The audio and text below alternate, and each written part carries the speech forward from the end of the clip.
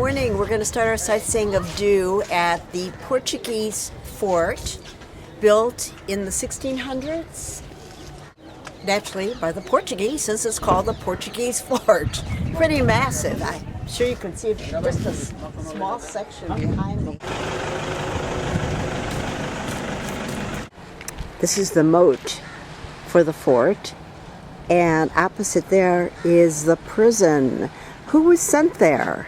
I know prisoners, of course, but did they spend their whole life right there? Not very whole life, it depends, but for the very hard punishment, they had some kind of prisoners there.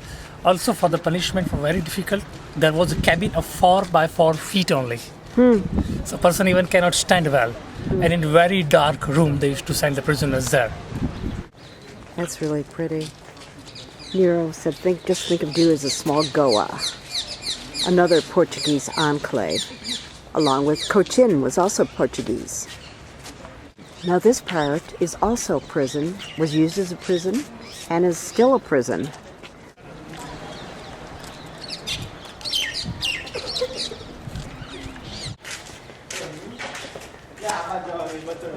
Nero just said that the fort had a zigzag entrance, so one person could control the entire fort.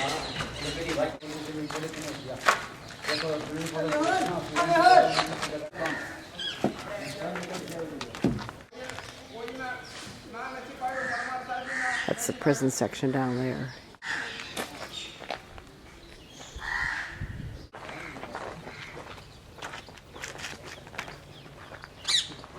I know these are the Portuguese cannons that were left here, and you said there was always this for water? Yes. Why did they have that for water? Because the sound of cannon is pretty loud. One can be a deaf with this sound. So that's the reason you find water kind of things near the cannon. And if they were in the water, they wouldn't get deaf? No, because the sound of the cannon will not come if their head is in the water. So they stick just their head in the water? Head in the water, maybe. Okay. Now I understand. So they'd set the fuse first in the hole, and then like they go leap in, stick their head in the water, ta-da! I didn't know that every bastion had a chapel also.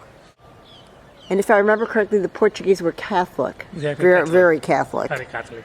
Slopes were to pull the cannons up and down. Probably, I would hope an animal helped pull it rather than, well, though you never know. It's a long, complicated history, but in 1961, India actually had to go to war with Portugal to get Diu back and incorporate it into the Indian Empire, or the Indian state, I should say. What did that represent? Anything in particular? Portuguese queen. See, that's a crown on the top. Mm-hmm. That's St. Paul's Church. We're going to be visiting that shortly. This was the main chapel inside the fort for the soldiers. That's just the army logo.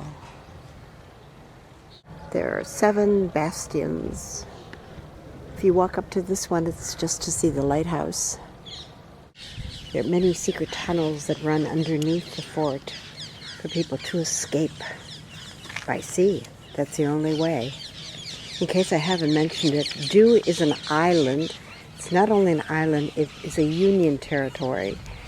Not technically not at all part of Gujarat. Wow, look at that. We've got a big crowd of visitors over there.